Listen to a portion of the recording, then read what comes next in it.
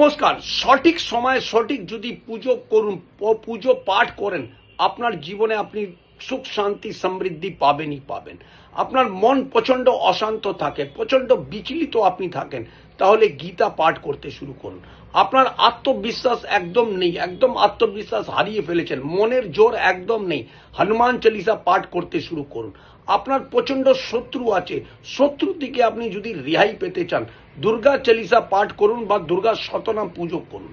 আপনার কাছে টাকা পয়সার প্রচণ্ড অভাব থাকে, আপনার কাজকর্ম যদি একদমই চলছে না, তাহলে কনক ধারা স্তোত্রম বা শ্রী সুক্তমের পাঠ করুন। আপনাদের ঘরে অসুখ বিসুখ বা আপনার অসুখ বিসুখ প্রচণ্ড যদি লেগে থাকে, মহামৃত্যুঞ্জয় পাঠ করতে শুরু করুন। আপনার পরিবারে কলা ক্লেশ অশান্তি যদি লেগে থাকে, শ্রী সত্যনারায়ণ ব্রত কথা পাঠ করুন পূর্ণিমাতে। এইগুলো করুন, আপনার জীবনে সাকসেস পাবেনই পাবেন।